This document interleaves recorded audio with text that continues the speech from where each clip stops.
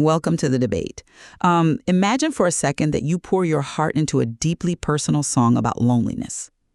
Okay. You write the lyrics, you obsess over the emotional arc, and you finally upload it to a streaming platform. And then, well, nothing. Just dead silence. Exactly. Your track is instantly shadow banned. And not because it's bad, but because an algorithm detected the invisible spectral signature of AI in your audio file. It flags you as fraudulent bot activity, and it just buries your work before a single human ear can hear it. Yeah, which is, that is the reality for a whole new wave of artists today. But it's a reality born of necessity. We are dealing with an existential crisis of scale in the music industry right now. We are, yeah. But when the synthesizer first hit the mainstream, the old guard of the music industry looked at a box of wires and saw an existential threat. They said it wasn't a real instrument. Right, that you were just pushing a button and letting a machine automate human soul. Exactly that. And today we are staring down the exact same barrel with generative AI and electronic music. So we are bringing a critical signal chain style analysis to the most pressing question in the industry. The question of whether AI-generated music is maturing into legitimate art, or if it is inextricably bound to be algorithmic slop. Right.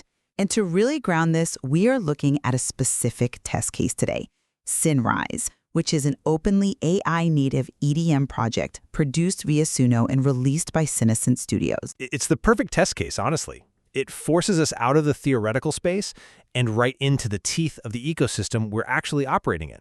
I completely agree. And my stance today is that generative AI is a legitimate creative instrument. I think artists like SynRize prove that authored intent, human curation, and lyrical depth, they elevate this process into real art. Well, my position is that even when the underlying craft is genuinely solid, the hostile commercial environment, the systemic discovery penalties, and the overwhelming flood of AI slop, well, they threaten to drown out and delegitimize any artistic merit. I hear that. But when I look at SynRize, I don't see a content farm spinning up thousands of disposable tracks to game like a Spotify ambient playlist. I see a deliberate, authored artistic project. They have, 14 singles out now? 14 singles to date, yes. And they are building toward a debut album in mid-2026. What SynRize proves is that authorship in 2026 has evolved. Evolved how exactly? Well, the human role is no longer necessarily physical performance in the traditional sense. The human role is curation, it's lyric writing, it's taste, and its emotional direction. Okay, I see where you're going. You look at the SynRize catalog, and you see recurring, deeply human themes. Themes of resilience, of connection, of the boundary between the digital and the real. This is a serious artistic endeavor using the tools of its time. I hear this synthesizer comparison, and, it's a very romantic way to look at it. But let's look at the brutal 2026 industry reality, which is anything but romantic. It is pretty harsh out there. Harsh is an understatement. The cultural and commercial landscape isn't just skeptical, it's actively hostile. Just look at the Luminate Generative AI in Entertainment 2026 report. Listener sentiment is undeniably net negative. People are definitely frustrated. They aren't just indifferent, right? They are angry. And you can see why when you look at the mechanics of the flood. On Deezer right now, 28 to 30% of all newly uploaded tracks are AI generated. That is a staggering number. It's a massive reputational headwind.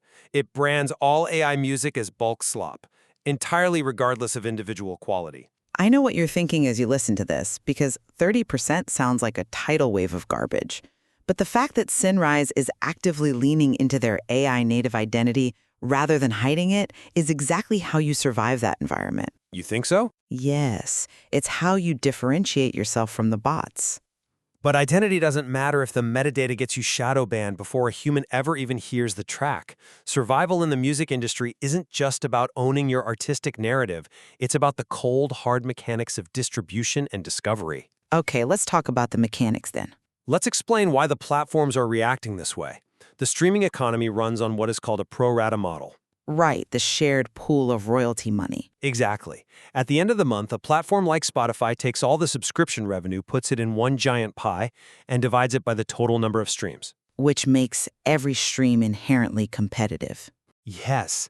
So if bots flood the platform and generate tens of millions of fake streams on AI-generated tracks, they aren't just making noise. They are literally siphoning actual dollars away from human artists' percentages. They are stealing slices of the pie. Which is why the platforms are going on the defensive. They are terrified. Deezer is actively detecting fully AI-generated tracks. And they aren't just guessing either. They are using acoustic fingerprinting and spectral analysis to find the unnatural frequency ranges of generative models. And then they just block them. Once they tag a track as AI, they explicitly exclude it from editorial playlists and algorithmic discovery. They basically turn off the lights. Which is also why Spotify launched artist profile protection this year. Right, because spammers were hijacking metadata. They would upload an AI track and tag a massive artist like Drake, for instance, as a collaborator. It forces their slop onto Drake's official page to steal his traffic. It's a total mess. YouTube terminated 16 entire AI content channels in January 2026 under their inauthentic content policy. So you can have the most beautiful, curated intent in the world, but releasing AI music right now is like opening a Michelin star restaurant in a condemned building. That is a very vivid image. You could be serving a gourmet meal, but if the building is full of rats, the bots, in this case the health inspector, is going to shut you down regardless. The guilt by association will ruin you. The condemned building analogy is clever, but it assumes the structural foundation of the industry is entirely against this. You are looking at the defensive mechanisms of the platforms, but you are completely ignoring the massive institutional shift happening right above them. What institutional shift? The narrative that AI is a condemned building ignores the actual concrete being poured by the major labels. I'm talking about survival through integration. Oh, you're talking about the licensing deals. Yes. Warner Music settled with Suno in late 2025 and signed a massive licensing deal. Universal Music settled with Udio and is literally co-launching a licensed AI platform this year. Sure, but Wait, let me finish this point.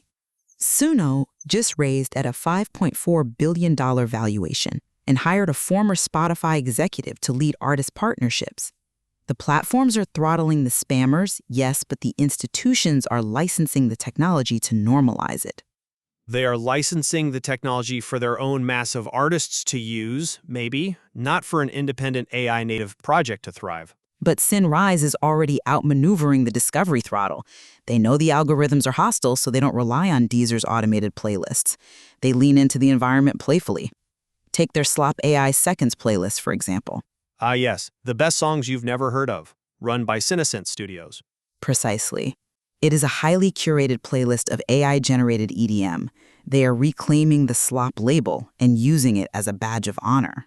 Which is a smart marketing pivot, I admit. It is. They are building an organic community on their own channels, X, Instagram, TikTok, because they know the algorithmic layers are built to punish them. Transparency isn't just an artistic choice here. It's a survival tactic.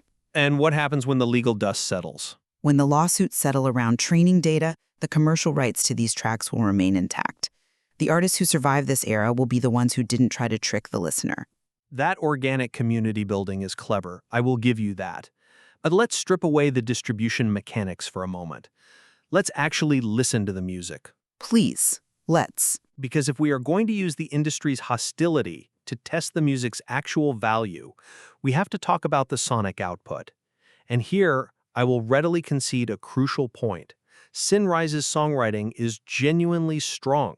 The lyrical depth is absolutely there. It is, and it's remarkably consistent. I really have to acknowledge it. The thematic consistency across those 14 singles is undeniable.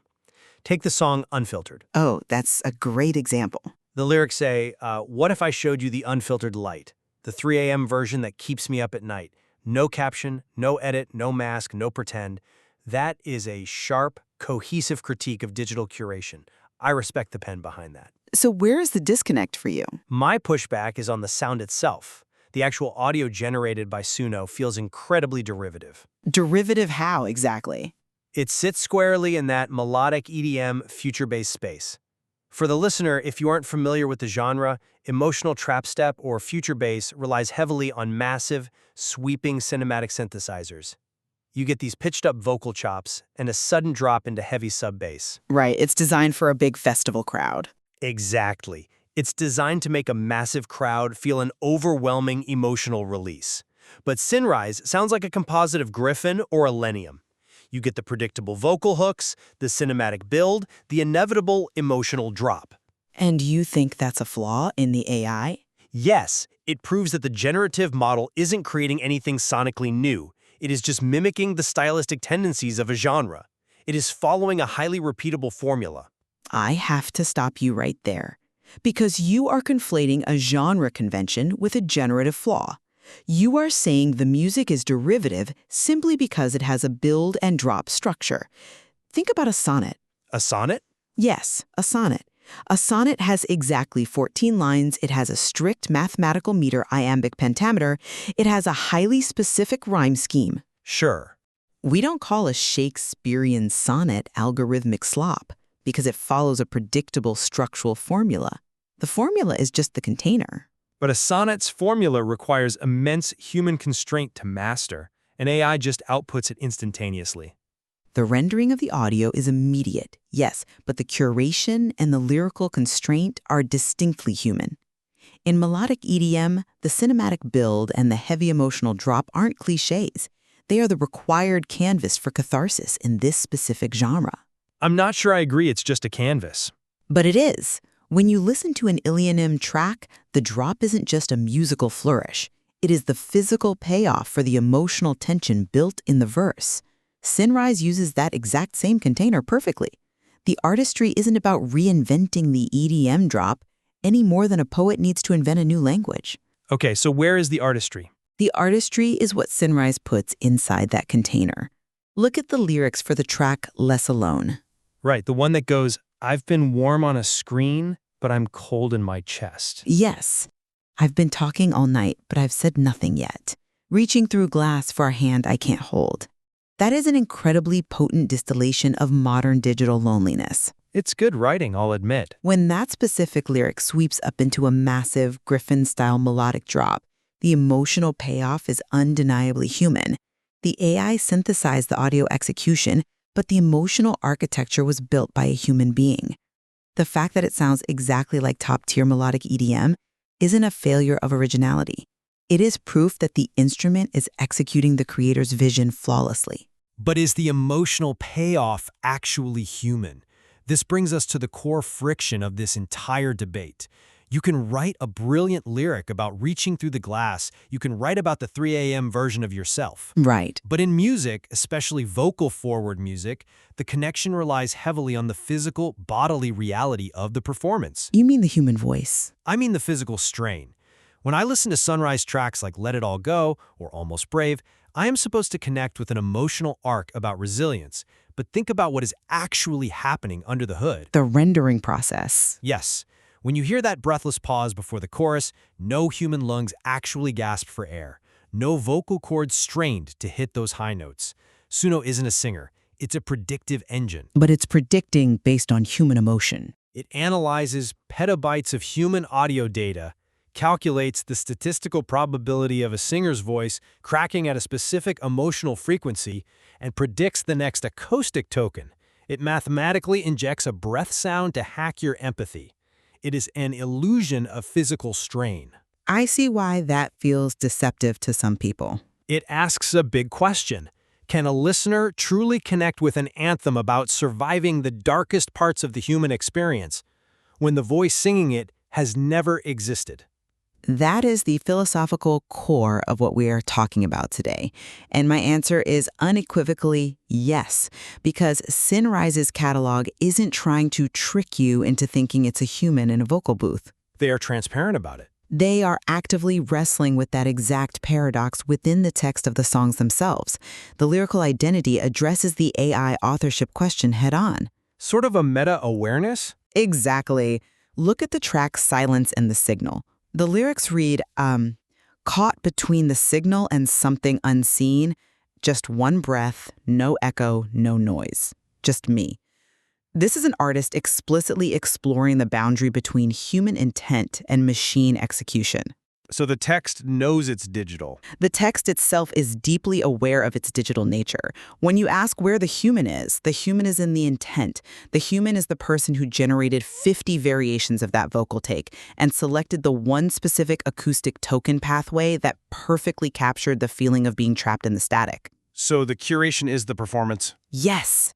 The generative platforms, whether it's Grok Imagine creating the cohesive cyan and purple visual worlds, or Suno generating the audio, they are merely the instruments, the taste, the curation, the lyrical narrative. That is the performance. Expanding the definition of performance is a great academic exercise, but let's look at what happens when that definition hits the real world. We are talking about a market where 97% of listeners cannot reliably tell AI-generated music from human-made music by ear.